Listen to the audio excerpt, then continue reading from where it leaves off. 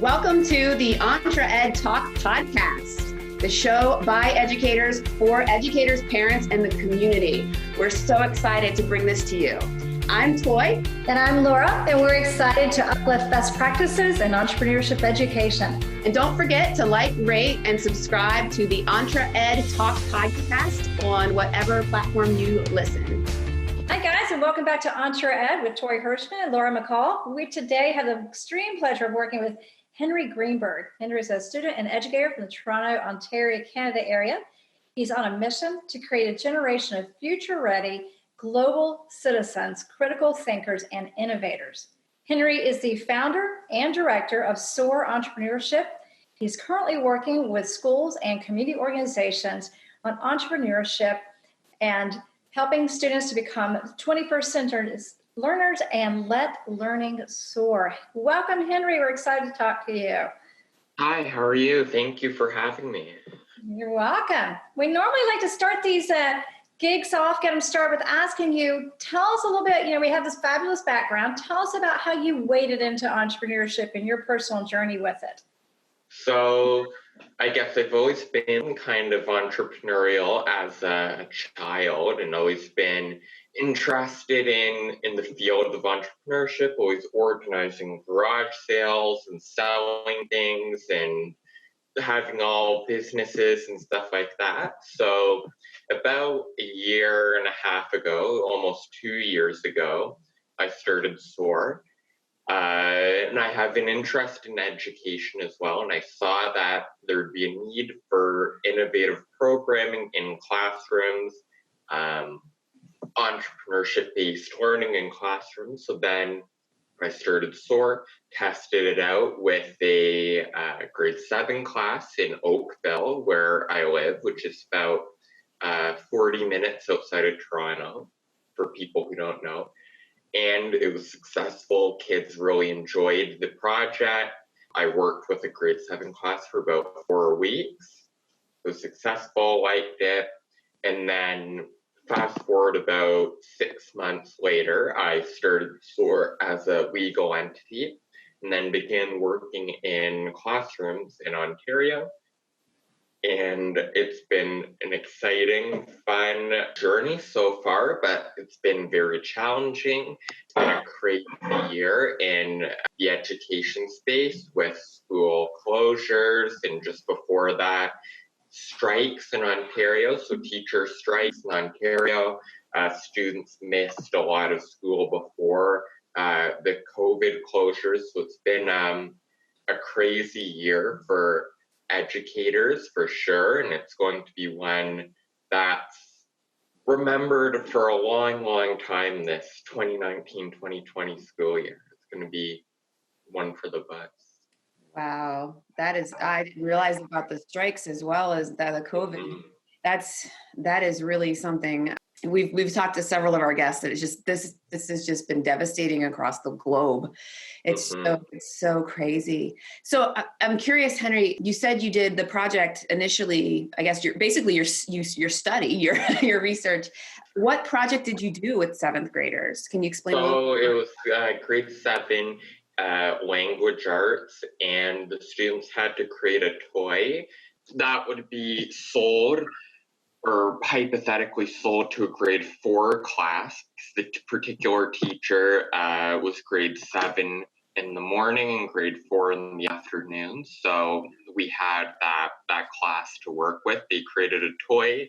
It was right before Christmas, and so in December, they went through the whole process, designing the product, doing an advertisement, then preparing a live pitch.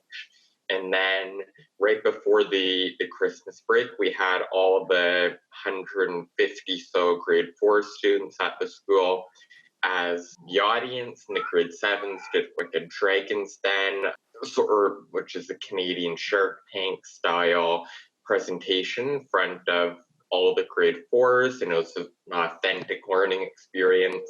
They were able to present their work to them, answer questions. The younger kids were really excited seeing what the grade 7s created. We had judges, myself, the teacher, the principal. We had parents come. So it was a great way to wrap up our test pilot, and it was still a very small project at that point. But when I redid the same project with this year's grade 7, so the ones from last year, now grade 8, we expanded it a lot more this year, and they made prototypes for their products. They did more advertisements. It was more extensive, more research-based. And then the community night was very special for the students. We invited all the parents to come and see the projects, and other classes in the school. So from grade 2 to grade 8 came and saw the projects. The director of education came for the school board, teachers, principal, vice principal. So it was a good community event for the students. And that just wrapped up in January, the same toy challenge that I do as part of the program. First, let me say, I love middle schoolers, and some people are like, what? Why do you love middle school? But I love they're like sponges still. Toi and I talk about this a lot as educators. I love that you did that mentoring thing right off the bat. You know, I knew that you look at your fabulous website, looked at, what you've done with the 7th graders. I had no idea how you put together the 4th graders and created this this mentoring. I think it's so important. And then, to bring in the community and integrate the whole thing, that's just crazy. You did it all, and now you sustained it, which is always what we're looking for in EntreEd, is how do we sustain these efforts? So, it was really cool, and to have the community involved made it much more authentic for the students as well, that they can see the project isn't just for their classmates and for the teacher. It extended beyond the school setting to the community. They could see that real people saw their work, so then they put more effort into it. And it was also very remarkable as well, going back to about middle schoolers, grades 6, 7, and 8 age. A lot of people are scared of that group, but these students were so motivated with this project, and we were very pleasantly surprised that due to certain circumstances, we had to extend the project over the Christmas break, and we were worried that the kids would forget about it over the Christmas break. But we found out after the fact that many of the student groups actually met up during the Christmas break and worked on their projects to prepare for the community event the first week we got back. So it was very successful all around.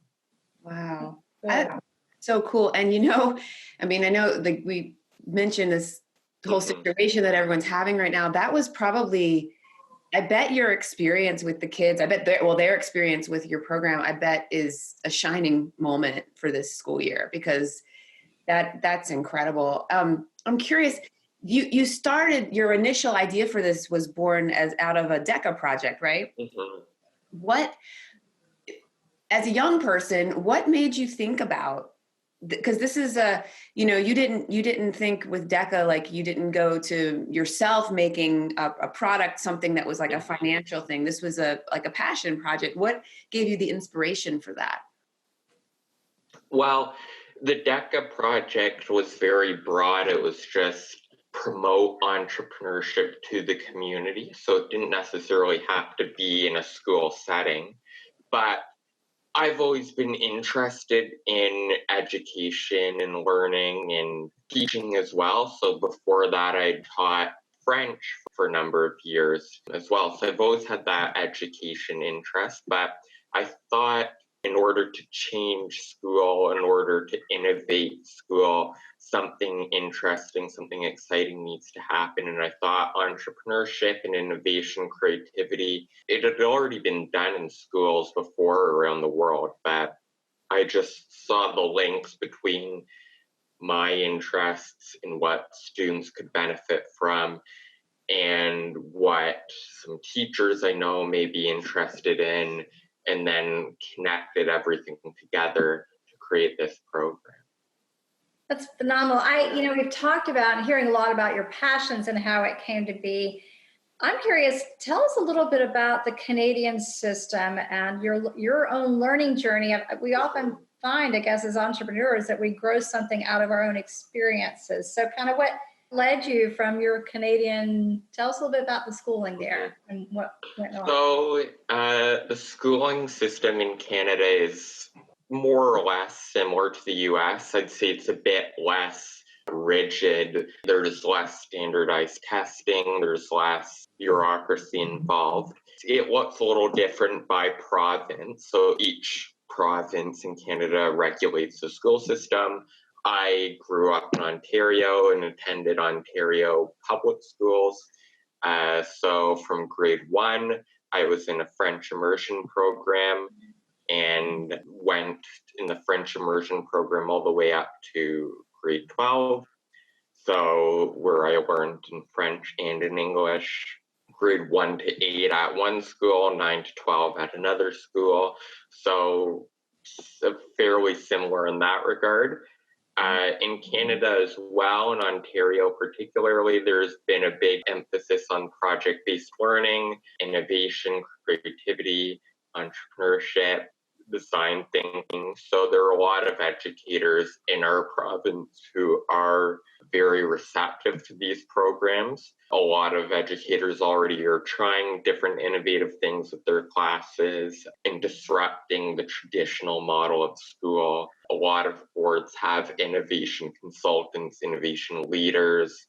So overall, the system's pretty innovative. And we hear more about the stories of schools that are doing different things, that are being innovative with their teaching and learning. But at the same time, as I'm sure there is all over the world, Canada, North America, that a lot of classrooms are still very rigid, still very similar to the past. Students sit in rows, do worksheets, read from the textbook, and that just doesn't work for all learners. And as educators, I'm sure we all know that it just doesn't work. That's a system of the past. Students can't be sitting in desks and learning rote memorization, learning from worksheets for long periods of time. So something needs to change. And I think the project-based learning, entrepreneurship, innovation, creativity, those frameworks to be implemented in the schools is really the way of the future, the way to go, I think. And I'd love to see all schools having those elements incorporated into their programming. And as we move forward into the 21st century, have more teachers using those innovative teaching practices in their classrooms. I think that's really the way to go if we want to create a generation of future-ready citizens, future-ready learners.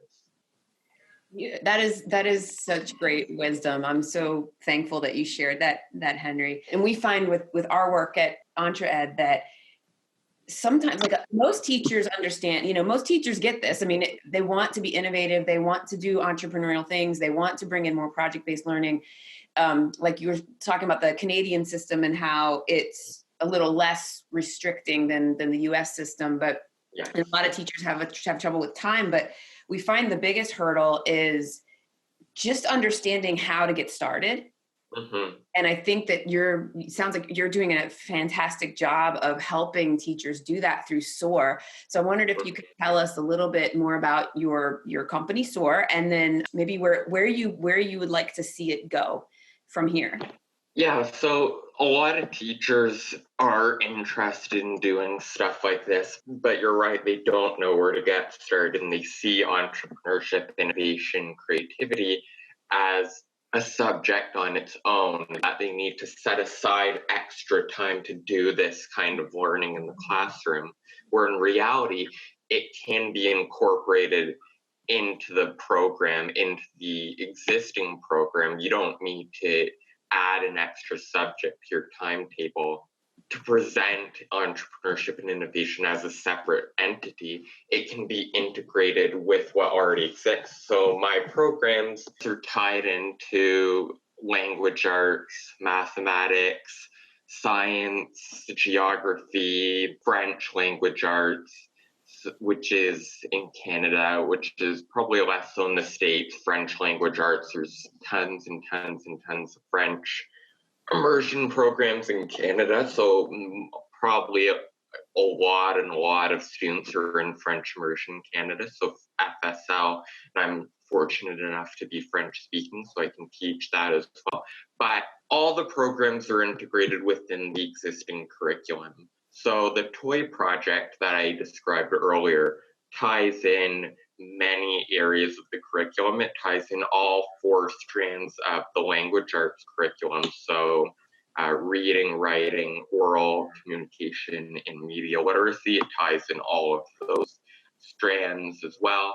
Mathematics as well, data collection. So the data management strand of mathematics, it ties it in. Other projects tie in science and geography. So it's just already existing in there. So currently the model for SOAR is that there's SOAR in school, which is the in-school program. And it's kind of divided in 2 separate structures. There's the project-based learning approach, which is the more extensive project where students work on a themed project for a period of 6 to 8 weeks. They go through the SOAR cycle, which is an adapted design thinking framework. It varies for school, but anywhere from 4 weeks up until 8 to 10 weeks, give or take. And so that's a popular model, and it takes more time, but it's more engaging for the students if they're working on a meaningful project for an extended period of time. And then there's also more of a problem-solving approach where it's a day workshop. I go into a school for a day, work with students over the day on a particular problem, which is similar to the project-based approach, but they have 1 day to work through it. And I go through the steps of the design thinking cycle or the SOAR cycle fairly quickly. We get through the 1 day cycle, and that's it. There's not as much reflection involved, given time constraints. And certain schools would be more comfortable having a 1 day thing rather than a multi-week operation. So those are the 2 models as well. And then other than that, I've done other things that are similar. So grade 8 leadership conferences and day workshops like that. And then also in the community, I've been doing community workshops for youth organizations, for high school students as well, stuff with the YMCA, different little projects like that. But the schools where I love working the most and in connecting with the students, learning about their passions, their interests, and then using that to enrich the program is, I love that the most, I think. And then other than the SOAR in Schools program, there's also SOAR Beyond, which is the new program. And given everything that's happening with the pandemic right now, I've had to adapt how the program exists in the world, in our society. So the SOAR Beyond program takes the SOAR curriculum, extends it beyond the classroom setting into various contexts. So that's where the community work comes in. And just recently, I developed an online innovation challenge called the Toys for Change program. So students create a toy that promotes empathy to the community. Hi all, we are super excited to offer an exclusive discount for our listeners to attend this year's EntreEd Forum taking place on November 18th and 19th in Chattanooga, Tennessee.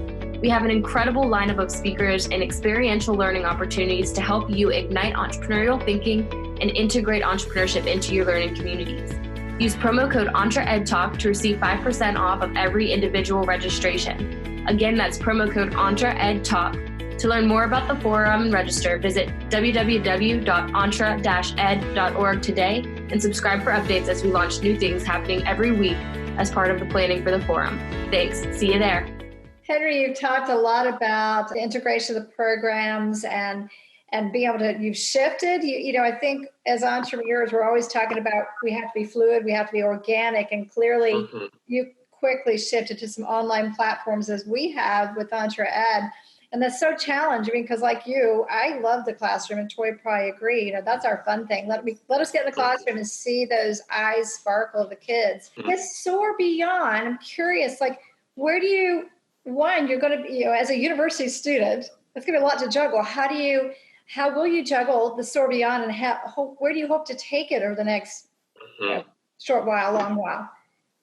So I plan to, when I have time off, continue the SOAR in School program. So there's already been a lot of interest from schools to continue the program next year, with schools that I've worked with this year and with schools that I wasn't able to work with due to our political situation with sanctions. So for those who don't know, in Ontario, there were sanctions between teachers' unions, so all 4 teachers' unions, Francophone, elementary, secondary, and Catholic teachers. There were sanctions, so we couldn't do the project in certain schools based on that. So next year, I plan to continue and then also continue running the SOAR Beyond program in an online platform. So having these online innovation challenges for students and that they can participate in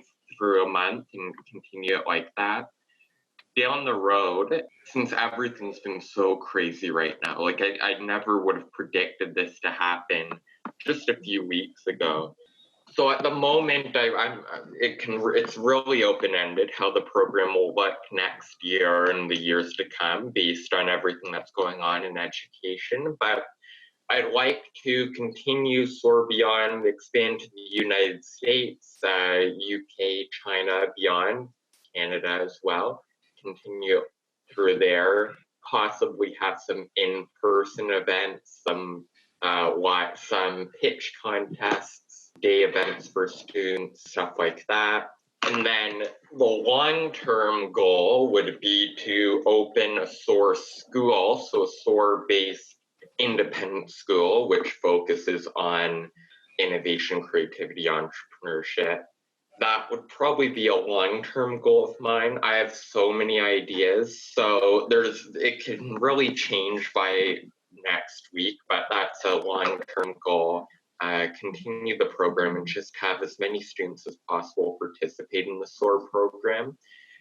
This upcoming summer, I'm in the stages of planning a SOAR after-school program, or sort of like a club for at-risk youth in Oakville. So with the YMCA, we've formed a partnership where the YMCA of Oakville's provided funding to start an at-risk youth program where the SOAR program will be offered for at-risk students in grades 6, 7, and 8. So students already demonstrating risky behaviors, drugs, alcohol, without a supportive home life, a variety of problems. So it would be focusing on that in the summer. So there's so many different ways to go with the SOAR program. I think at the moment, probably the best thing to do would just be to see how the next few months go and then adapt to that. Because adaptability is very important for entrepreneurs and innovators. It's just being able to adapt to challenges. And that's something the students learn throughout the duration of the projects, is being able to adapt to challenges. And that's very valuable in my own life as well. Yes. We're all getting a really good education of adaptability right now.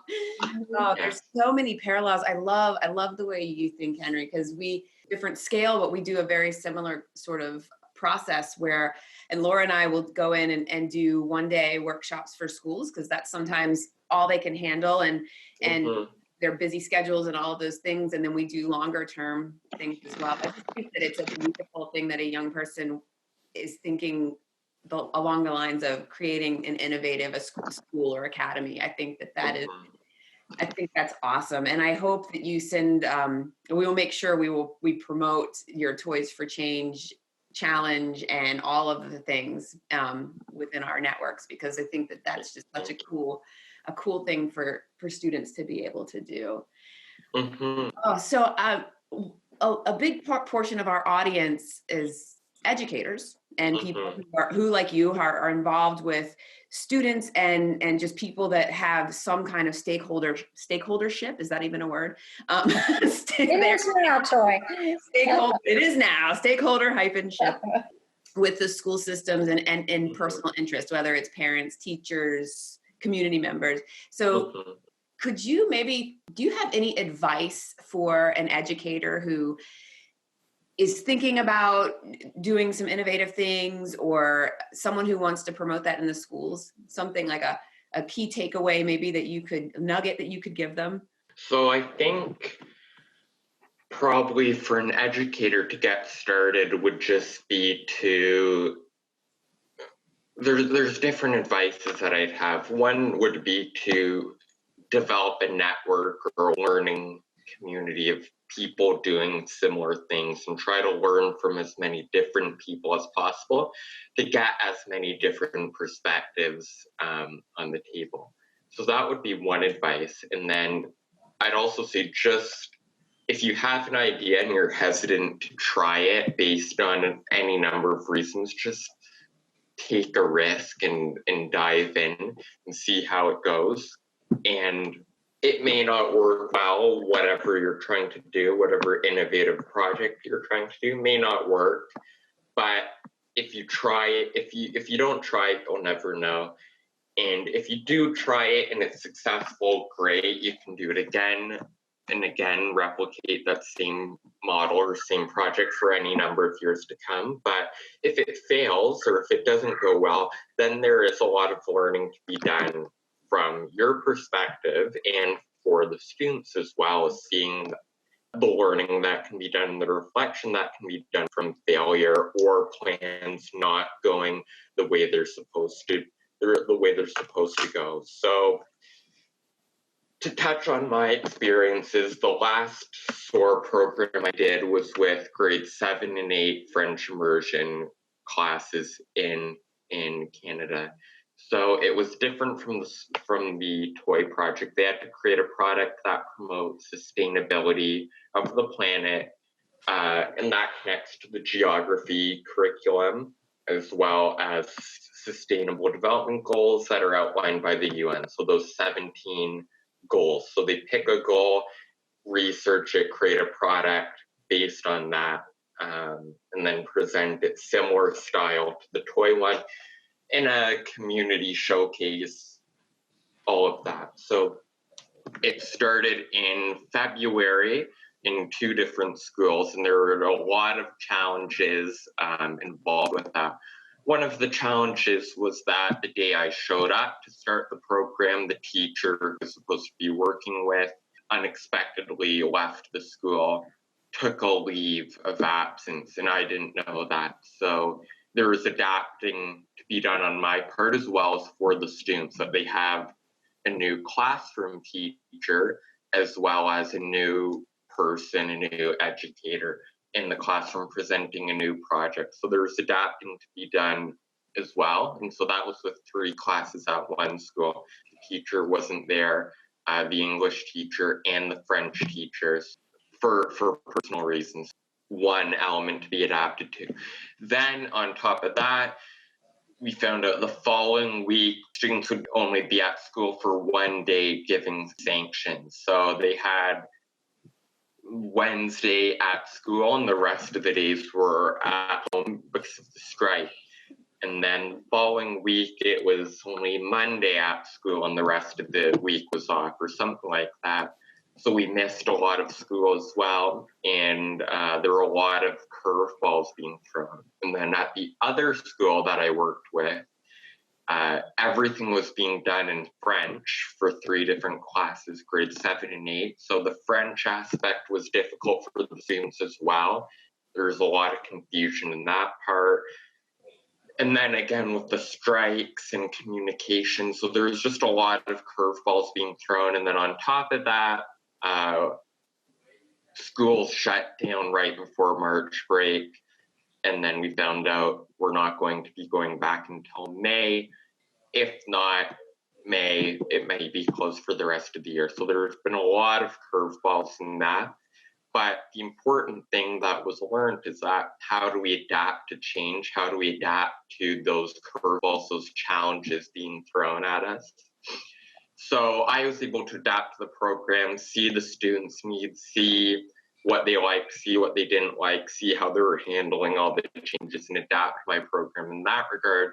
Students were able to adapt to change as they initially had an idea that they wanted to do for their project, saw it didn't work, had to change it. They missed a lot of school, so when they were coming to school to work on a certain component of the project, they couldn't do that. So there were a lot of challenges being thrown at us those past 2 months or so. But the real important learning is how do we adapt to the challenges? What's the adaptability element involved? So that's where the real learning came from. So for teachers, if it doesn't go as well, and the students don't get as many curricular outcomes from the project that you were hoping, that's okay, because you can still learn in a non-traditional sense. You can still do a lot of metacognition, a lot of reflection, and learn from that. So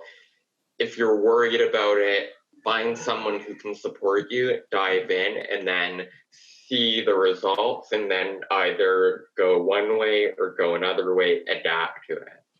We don't tell our teachers that enough, and maybe sometimes they'd love to hear that from their students that, hey, we don't mind if you make a mistake. We're all about it. And I think parents, educators, that's the best thing we can show young people is make a mistake. You won't move forward, like you said, unless you learn from the mistakes. That's absolutely true. And the students as well, they won't necessarily mind if you make a mistake. It's part of the learning process, and it shows to the students that you're human as well, and you're still learning, you're still making mistakes. And that gives students more permission to make their own mistakes. They see their teacher makes mistakes, and then it goes forward like that. So that's where a lot of learning comes in. Yeah. I think that's a big thing in education. It's a big mindset shift, right? Because usually teachers and students, as you go up, progress in your grades, you get this idea that there has to be one right answer. And entrepreneurship kind of blows the doors off of that, because it's like, now we have this ambiguous outcome. We don't know what's going to happen. None of us knew this was going to happen, right? So it's getting comfortable with that risk and being like, you know what? It's okay. This is like you said, the learning in the cases of the ambiguity is just as powerful sometimes as when there isn't any. I mean, it's all about you're adapting and changing and taking things as they come. And that's a tough thing in education, because as teachers and students, we're used to what's the right answer. There isn't one. We don't always I like gray, but most people don't. A lot of people don't. Henry, we are coming to the end of, unfortunately, our podcast, and how we try to keep it within a drivable listening. We think about people commuting. We want to have you on in a commute time period. But we always like to let people know more about you, how to reach you. Of course, I love your website, and we'll be having, put that out on our podcast. What's the best way to reach you? If people want to hear more, students, educators, reach out. So the best way to reach me would be through, probably the website would be a good place to start. It's soaredu.ca, so fairly short, fairly simple. And then through social media, most of social media is done through Twitter, which is @soaredu. So simple, easy to remember. And emails on my website can definitely be put in the show notes. Email, website, Twitter, phone, I can be reached fairly easily. So if people want to reach out, please feel free to do so. Awesome. Henry, it has been delightful speaking with you today. We're so thankful that you're on the podcast, and mad love to you and everything you're doing. We love it so much. It's so beautiful thing that you're doing. Yes, thank you for having me. Great. Thank you. It's a pleasure. Keep spreading that word. Yeah. Thanks so much, Henry. Have an awesome rest of your week. You too. Take care.